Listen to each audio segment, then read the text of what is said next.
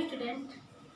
आज हम लोग अपनी इस क्लास में बच्चों एक बार फिर जो आपकी क्लास बीए प्रीवियस की है, और आज हम लोग अपनी इस बीए प्रीवियस की क्लास में अपना जो पहला प्रश्न पत्र शरीर विज्ञान उसी को कंटिन्यू करेंगे।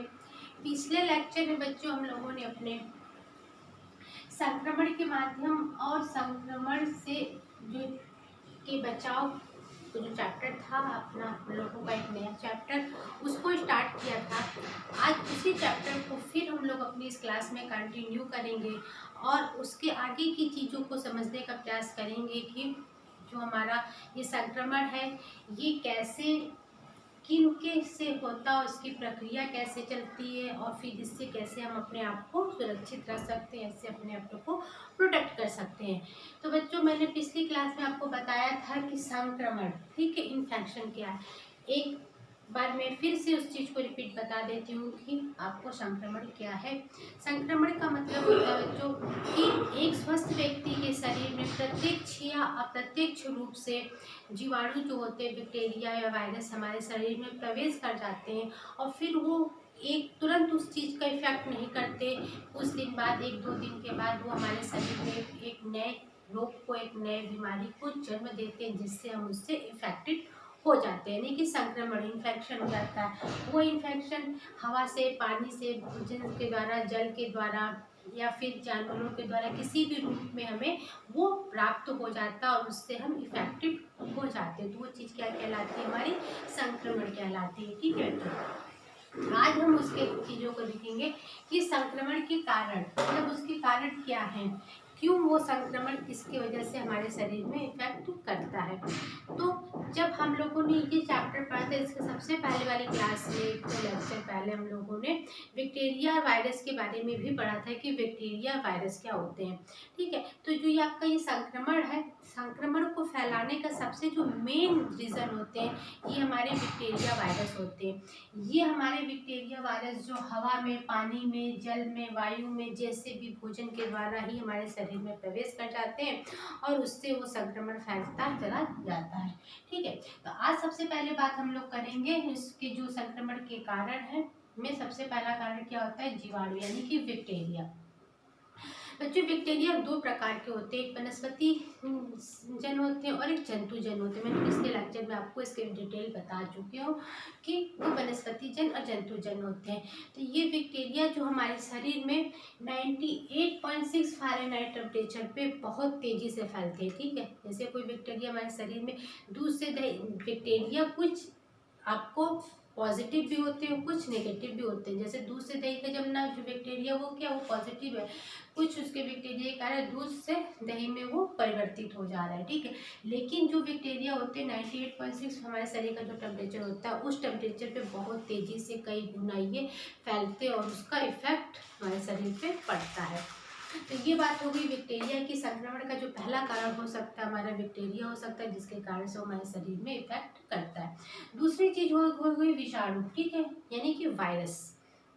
ये दोनों है, इतने सूक्ष्म होते हैं कि इनको हम अपनी आंखों से तो देख नहीं सकते, सूक्ष्मदर्शी यंत्रों की सहायता से इनको हम देखते हैं।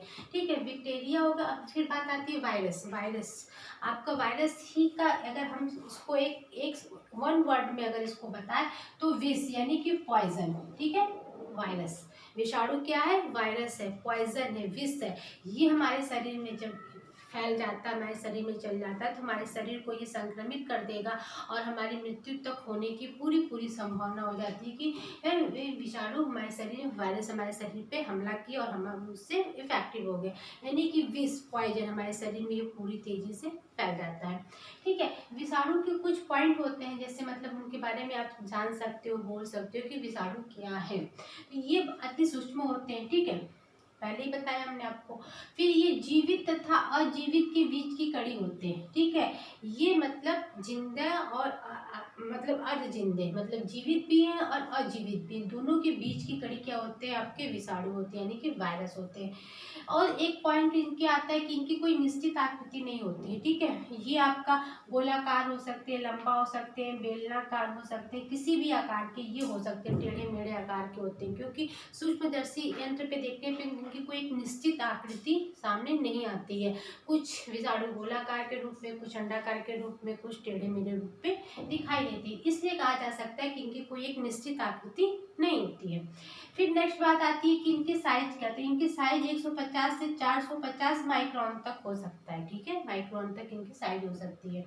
और इनमें एक चीज होती है, विषाणु में क्या पाया जाता है, डीएनए पाया जाता है, ठीक, आनुवंशिक लक्षण के रूप में इनमें क्या पाया जाता है, डीएनए पाया जाता है। ये विषाणु की विशेषता के रूप में हम देख सकते हैं कि विषाणु में ये विशेषता होती है। और ये जीवाणु और विषाणु यानी कि आपके बैक्टीरिया और वायरस ही संक्रमण फैलाने का सबसे बड़ा रीजन होते हैं। ये हवा में, पानी में, जल में, जो भी भोजन में, आपके वायु में, जानवरों के द्वारा, जो पिछले लेक्चर में जैसे हमने बताया उसके द्वारा ये हमारे शरीर में फैल जाते हैं और हमें इफेक्टिव कर देते हैं, ठीक है। आपकी ये सेकंड लेक्चर है, फर्स्ट लेक्चर में हम लोगों ने देखा था। और तो ये बात थी कि संक्रमण के कारण क्या है, संक्रमण जान लिया हम लोगों ने, संक्रमण के कारण क्या है। अब बात आती है हमारी कि संक्रमण ये है तो इसका एक प्रोसेस होती है, एक प्रक्रिया होती है कि मतलब कितनी चलती है। तो जो ये संक्रमण की प्रक्रिया होती है बच्चों, ये 6 रूपों में, 6 स्टेज में चलती है, ठीक है, 6 स्टेज में संक्रमण की प्रक्रिया जो है 6 स्टेज में चलती है। पहला है हमारा जो है संप्रप्ति काल, ठीक है, क्या है, पहला आपका है जो इसके पहले स्टेज की प्रक्रिया क्या है, संप्राप्ति काल, ठीक है।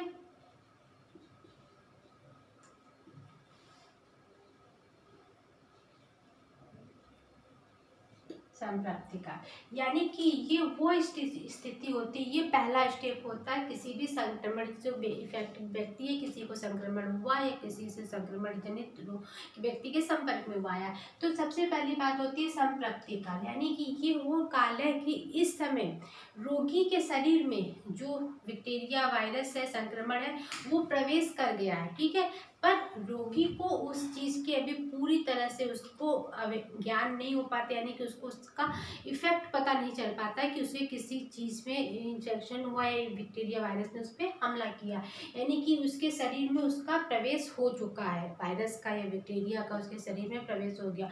और ये प्रवेश होने के 2 दिन के बाद उस व्यक्ति को उस चीज़ का इफेक्ट पता चलना स्टार्ट होता है। तो पहली चीज़ होती है संप्रप्ति काल की, रोगी के शरीर में उस चीज़ का प्रवेश हो चुका और वो उससे इफेक्टेड है, लेकिन उसको अभी पूरी तरह से उसका पूरा मतलब हमला नहीं हुआ है, एक तरह से हमला ही बोल सकते हैं, ठीक है। दूसरा है संक्रमण काल, ठीक है, ये वो स्टेज होगी बच्चों, संक्रमण काल,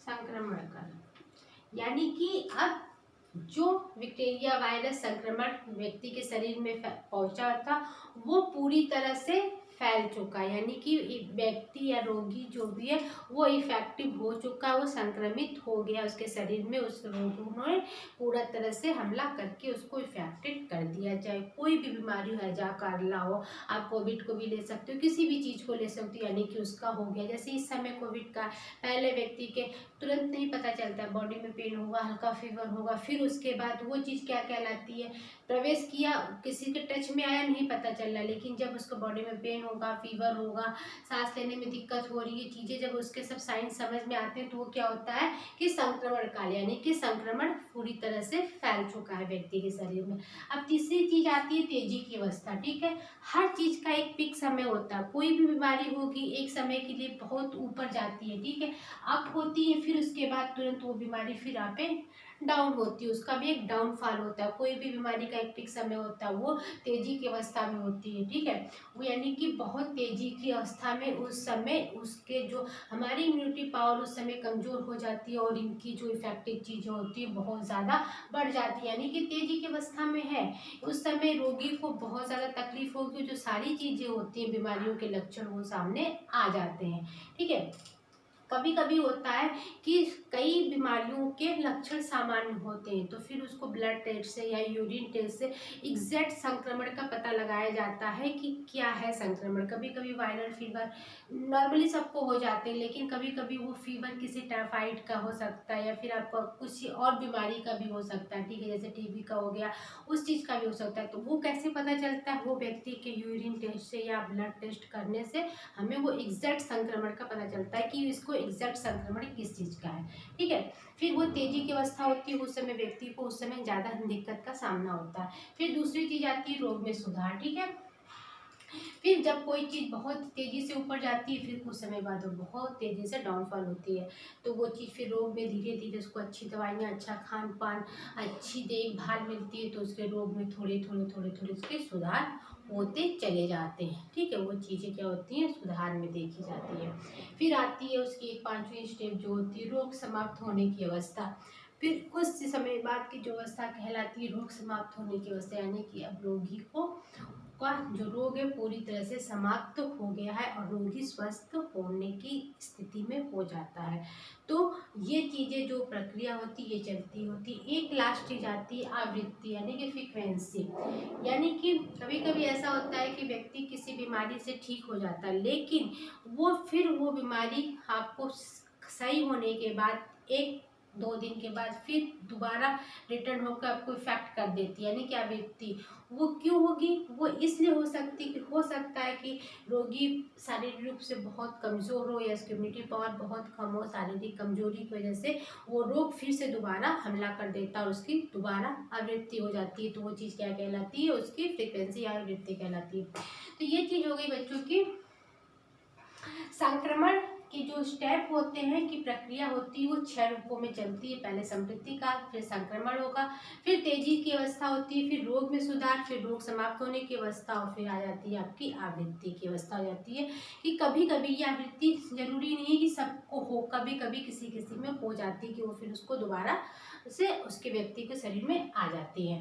तो संक्रमण के कारण में आपने हम लोगों ने देखा बच्चों कि पहले उसके क्या कारण थे कि किस वजह से, उनकी प्रक्रिया के बारे में। अब कोई चीज़ है तो उसके बचने के भी और उससे हमको सावधान रहने के भी ये उपाय बताए गए हैं और उस चीज़ों को हमको जानना आवश्यक हो जाता है कि कैसे उन चीज़ों को हम सही कर सकते हैं। तो बचाव के रूप में हम देख सकते हैं कि प्राकृतिक विषकामक प्लस दूसरा आपका भौतिक, तीसरा ब्लीचिंग और चौथा क्लोरीन के रूप, यानी कि प्राकृतिक विषकामक, यानी कि अगर कोई इफेक्टिव व्यक्ति है, ठीक है, जैसे आज के एग्जाम्पल में ही हम सब बात घूम फिर के कोविड पे आ जाती है कि कैसे आज कोविड के पेशेंट को अलग रखा जाता है, उनके कपड़ों को, चीज़ों को किया जाता है, उनको डेड बॉडी को अलग किया जाता है। तो क्या है वो, एक है कि उससे दूसरा व्यक्ति इफेक्टिव ना हो, तो उस चीज़ों को जला के, मतलब जैसे रोगी के कपड़े उपड़े हैं, उसके खाने के बर्तन है अलग रखते हैं, हम लोग सब चीज़ें करते हैं। तो क्यों? अपने बचाव के लिए करते हैं कि उस व्यक्ति से दूसरे व्यक्ति को उसको इफेक्टेड ना हो। तो सबसे पहली चीज़ जो होती है प्राकृतिक, जो हमें नेचर से फ्री ऑफ कॉस्ट मिली है, जिसका उपयोग करके हम उस चीज़ों को कर सकते हैं। शुद्ध वायु, सूर्य की किरणें, यदि रोगी के कमरे में या उसको शुद्ध वायु है, सूर्य की किरणें, धूप में उसको बैठने से उसके कपड़ों को धुल के अच्छे से अगर धूप में रखा जाए साफ सुथरा, तो जो उसके बैक्टीरिया वायरस होते हैं मर जाते हैं, जिससे हम उसके कपड़ों को सफाई कर सकते हैं, क्लीनिंग कर सकते हैं और उसके बैक्टीरिया वायरस नष्ट हो सकते हैं। ठीक है, भौतिक में है कि उनके रोगी के जो बर्तन यूज़ कर रहे हैं उनको धुलने के बाद गर्म पानी में बॉयल करके साफ करके उसको यूज़ किया जा। उसके मलमूत्र हैं, जैसे हैजा काला हो जाता है लोगों को, तो उसके मलमूत्र को गड्ढे में गाड़ देना चाहिए, जिससे वो फैले न, जानवर उसको न टच करे उस हिसाब से। तो उस हिसाब से एक फैलाव को रोका जा सकता है, उससे हम अपने आप का बचाव कर सकते हैं। ठीक है। फिर ब्लीचिंग पाउडर है, जैसे ब्लीचिंग पाउडर या क्लीनिंग, जहाँ रोगी का कमरा हो आस पास हमें ब्लीचिंग पाउडर का छिड़काव करना चाहिए, जैसे कि उस चीज़ों को जो बैक्टीरिया वायरस ज़्यादा पनपने ना पाए और दूसरा कोई उससे ज़्यादा इफेक्टिव ना होने पाए। और क्लोरीन पानी में डाल देना चाहिए, आसपास साफ सफाई रखनी चाहिए, जिस हिसाब से उसको संक्रामक की बीमारियां, वो चीज़ों से हम अपने आप को बचाव कर सकते हैं और उसको इफेक्टिव होने से उसको हम बचा सके। सब मिला के बात हम लोग कर रहे थे कि संक्रमण की और उसके बचाव और उसके माध्यम से क्या करने चाहिए। और एक बात बच्चों, ये चीज़ें थी संक्रमण के बारे में हम लोगों ने समझा। अब एक कॉमन सा पॉइंट आ जाता है कि रोगी को और क्या क्या देखभाल करनी चाहिए संक्रमण से बचाव के लिए। तो बच्चों, रोगी को जैसे होता है कि उसको पहला शुद्ध भोजन,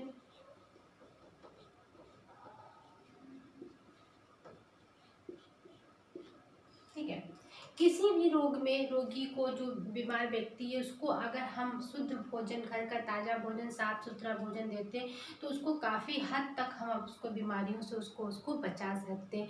उसको घर का बना हुआ साफ सुथरा भोजन देना चाहिए, उसको साफ बिस्तर, कपड़े, जैसे उसको रोज़ साफ करके, उसका जो रूम हो उसके में हवा आती हो, सूर्य का प्रकाश हो, यानी कि अंधेरा सीलन वाला रूम हो। जैसे रोगी तो खुद ही अब एक मानसिक रूप से परेशान है, अगर उसको ये सारी सुविधाएं थोड़ी ना मिले तो वो और डिप्रेस होगा और उसकी मानसिक स्थिति और भी खराब हो सकती है। इसलिए रोगी को खुशनुमा माहौल देना चाहिए, उसको पॉजिटिव एनर्जी प्रदान करनी चाहिए, जिससे कि उसको रिकवर होने में बहुत मदद मिलती है। भोजन साफ सुथरा हो, पहले रोगी को उबला हुआ, धीरे धीरे फिर उसकी क्वांटिटी को बढ़ाना चाहिए और हल्का थोड़ी थोड़ी देर में थोड़ी थोड़ी मात्रा पे हर चीज़ उसको प्रदान करना चाहिए, उसको प्रोवाइड कराना चाहिए। और उसके कपड़े साफ हो, उसके साथ के कमरे रूम, सबसे पहले सूर्य की किरणें जो होती हैं बैक्टीरिया वायरस को मारने में बहुत बड़ा अच्छा एक रोल प्ले करती है। तो उस हिसाब से सूर्य की किरणों उसके रूम में, सर्दी के मौसम में तो रोगी को धूप में थोड़ा बैठाना चाहिए, जिससे उसके शरीर में एक स्फूर्ति आए, उसको एक मतलब एक ताजगी भी मिले और उसको अच्छे प्रकार से साफ सुथरा भोजन आहार प्रदान करना चाहिए। संक्रमण हमें किसी से भी कहीं भी प्रत्यक्ष रूप से मिल सकता है, इसलिए हमें साफ सफाई का भी विशेष ध्यान रखना चाहिए। जो रोगी की जो देखभाल कर रहा है उसको भी साफ सुथरे होने चाहिए, उसके भी कपड़े साफ हो, हाथ स्वच्छ होने चाहिए, जिससे वो उस रोगी को भोजन दे रहा है तो उसके भी आहार में शुद्धता होनी चाहिए।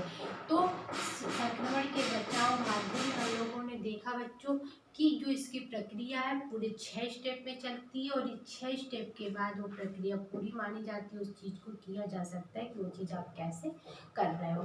ठीक है, बचाव में हम चीज़ों को ध्यान में रख के कि प्राकृतिक का भी सहारा लेकर, भौतिक चीज़ों का सहारा लेके इस चीज़ों से बचने का पूरा उपाय कर सकते हैं और संक्रमण के बचाव को हम लोग रोक सकते हैं। जैसा कि हम लोगों ने अपने इस चैप्टर को पिछले भी चैप्टर में मैंने आपको यही बताया था, जो ये संक्रमण है ये फैलता है प्रत्यक्ष और अप्रत्यक्ष रूप से फैलने में इसका है, ये हमारे आसपास, हमारे घर में, हमारे माहौल में फैलते में ही इसकी जो चीज़ संक्रमण है वो होगा। और इसका जो मेन चीज़ आपका बच्चों है कि 6 स्टेप में होता है। पहला संतृप्ति काल, दूसरा संक्रमण, तीसरा तेजी की अवस्था, चौथा रोग में सुधार, पांचवा रोग समाप्त होने के बाद, पांचवा आवृत्ति यानी कि फ्रीक्वेंसी, यानी कि रोग एक बार समाप्त होने के बाद हो सकता है मे बी वो फिर से दोबारा लौट आता और व्यक्ति पे एक तरह से हमला कह सकते हो आप, हमला हो जाता है। वो इसलिए हो सकता है कि उस व्यक्ति का या रोगी की इम्यूनिटी पावर कमजोर होगी या उसका शारीरिक स्वास्थ्य